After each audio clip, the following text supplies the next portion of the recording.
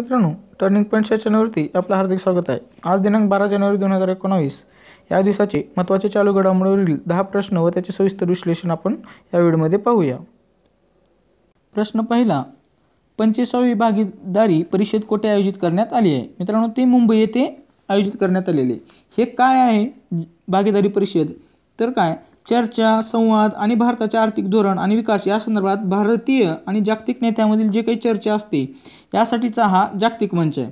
त्यामुळे ही 45वी परिषद मुंबई येथे भरलेली आहे। याचं उद्घाटन महामहिम उपराष्ट्रपती व्यंकय्या नायडू करणार आहेत आणि याचे अध्यक्षपद सुरेश प्रभू आणि जे केंद्रीय वाणिज्य आणि उद्योग मंत्री आहेत। या अगोदर ते रेल्वे मंत्री होते आणि त्यांनी रेल्वे पदाचा राजीनामा दिल्यानंतर पियुष गोयल हे आता सध्या रेल्वे मंत्री आहेत, हे तुम्हाला माहीतच आहे। इस्रोचे अध्यक्ष कोण आहेत मित्रांनो? तर के सिवान आहेत। इस्रोचं लॉंग फॉर्म तुम्हाला माहीत आहे, इंडियन स्पेस रिसर्च ऑर्गनायझेशन।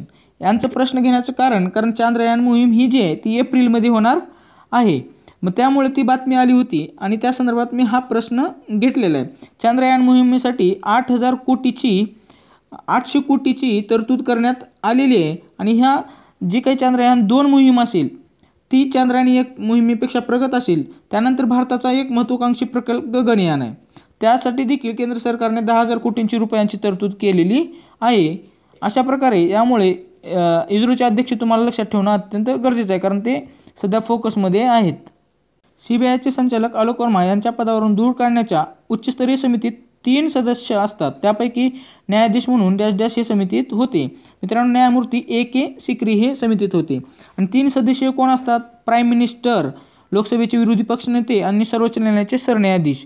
परंतु सरन्यायाधीशांनी काय एक निकाल दिला होता की वर्मा यांना तुम्ही पदावरून हटवू शकत नाही जोपर्यंत ती उच्चस्तरीय समिती डिसिजन घेत नाही।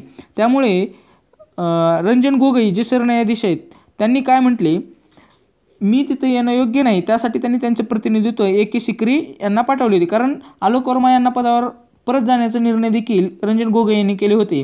त्या कारणास्तव ते या उच्चस्तरीय समितीमध्ये न येता इतर न्यायाधीशाला पाठवून तिथे तटस्थ भूमिका त्यांनी घेतली होती आणि त्यामुळे न्यायमूर्ती A.K. सिकरी यांनी आलोक वर्मा यांना काढण्याच्या बाजूने म्हणजे त्यांची उचलबांगणी करण्याच्या बाजूने मतदान केले, प्राईम मिनिस्टर आणि A.K. सिकरी यांनी। परंतु लोकसभेचे विरोधी पक्षनेते मल्लिकार्जुन खरगे यांनी डिफेंड करण्याचा प्रयत्न केला आलोक वर्मांना, परंतु 2-1 अशा मताने बहुमताने त्यांची उचलबांगडी करण्यात आली।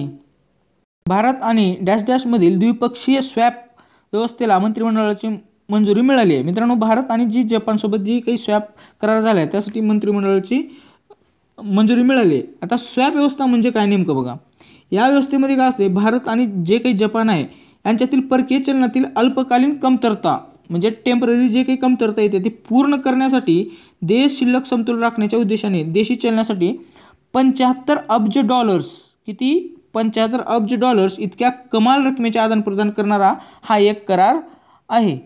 प्रश्न 5वा, अँडी मरे हा खेळाडू कोणत्या देशाचा आहे? मित्रांनो, तो ब्रिटनचा आहे आणि टेनिसपटू आहे। मित्रांनो, त्यांनी 3 वेळा ग्रँड स्लॅम जिंकलेला आहे आणि 77 वर्षानंतर विंबल्डनचे जितेपद जिंकणारा तो ब्रिटनचा पहिला खेळाडू आहे। विशेष म्हणजे त्याने 45 वेळा ATP टूर्नामेंट जिंकलेला आहे। ऑस्ट्रेलिया ही सध्याची जी काही ऑस्ट्रेलियन खुल्या टेनिस स्पर्धा असेल त्यानंतर त्यांची कार्यकर्ती सांगता करणार आहे असं अँडी मरे यांनी पत्रकार परिषद घेऊन निर्णय डिक्लेअर केला। त्यावेळेस तो बऱ्यापैकी भावनुक झालेला होता। प्रश्न 6वा, डॅश डॅश हा खेळाडू ऑस्ट्रेलियन खुल्या टेनिस स्पर्धेच्या मुख्य फेरीत खेळण्याचा मान मिळवला आहे। मित्रांनो, हा 3रा खेळाडू आहे गेल्या 5 वर्षात ग्रँड स्लॅम मध्ये एंट्री करणारा आणि त्याचं नाव आहे प्रज्ञेश गुणेश्वरन। हा चेन्नईचा आहे। या अगोदर सोमदेव देववर्मन आणि युकी भांबरी यांनी या स्पर्धेमध्ये खुल्या टेनिस स्पर्धेमध्ये ग्रँड स्लॅमचा प्रवेश केलेला होता। प्रश्न 7वा, अटल नाविन्यता अभियानाद्वारे अटल रिकरिंग लॅम्प पुस्तकाचे प्रकाशन केले, त्या पुस्तकाचे नाव काय? मित्रांनो, नई दिशा नई निर्माण नया भारत या असं पुस्तकाचं नाव आहे आणि याचं जे काही प्रकाशन आहे उद्घाटन जे काय मुख्य कार्यकारी अधिकारी नीती आयोगाचे अमिताभ कांत यांनी केलेलं आहे। प्रश्न 8वा, राष्ट्रीय स्वच्छ हवा कार्यक्रमाचे उद्घाटन केंद्रीय पर्यावरण मंत्री डॉक्टर हर्षवर्धन यांनी कोठे केले? ते मित्रांनो नवी दिल्ली येथे केले। देशातले जे काही वाढत्या वायू प्रदूषणाची समस्या आहे त्याला हाताळण्यासाठी राष्ट्रीय स्तरावर समावेशक कालबद्ध धोरण राबवण्यासाठी हे राष्ट्रीय स्वच्छ हवा कार्यक्रमाचे उद्घाटन पर्यावरण मंत्री हर्षवर्धन यांनी केलेलं आहे. प्रश्न 9. विज्ञानातील वैशिष्ट्यपूर्ण योगदानासाठी दिल्या जाणाऱ्या HK फिरोदी आजीवन गौरव पुरस्काराने कुणाला गौरवण्यात आले आहे? मित्रांनो, UIDAचे म्हणजे आधारचे जनक नंदन निलेकणी यांना या पुरस्काराने गौरवण्यात आलेलं आहे.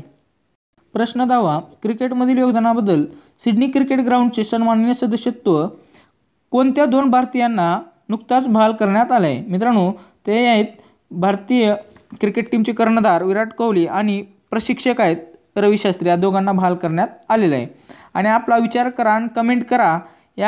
यामध्ये आज तुम्हाला प्रश्न आहे, जे काही नीती आयोग आहे, कारण हे पुस्तक लॉन्च केलं होतं त्या संदर्भात मला वाटलं घ्यावं म्हणून, जे काही नीती आयोग आहे यांचं इंग्रजीमध्ये पूर्ण नाव काय किंवा फुल फॉर्म काय हे तुम्ही कमेंट बॉक्समध्ये नक्की मेन्शन करा. कालचा जो प्रश्न होता विचार करा कमेंट करा, यामधील आयुष्यमान भारत योजना कोणत्या तारखेला सुरू झालेली आहे? तर मित्रांनो, ते 23 सप्टेंबर 2018 या दिवशी ती योजना सुरू झालेली आहे. मित्रांनो, जर तुम्हाला हा यूट्यूब चॅनल आवडला असेल तर please subscribe, share and support my YouTube channel and thanks for watching this video.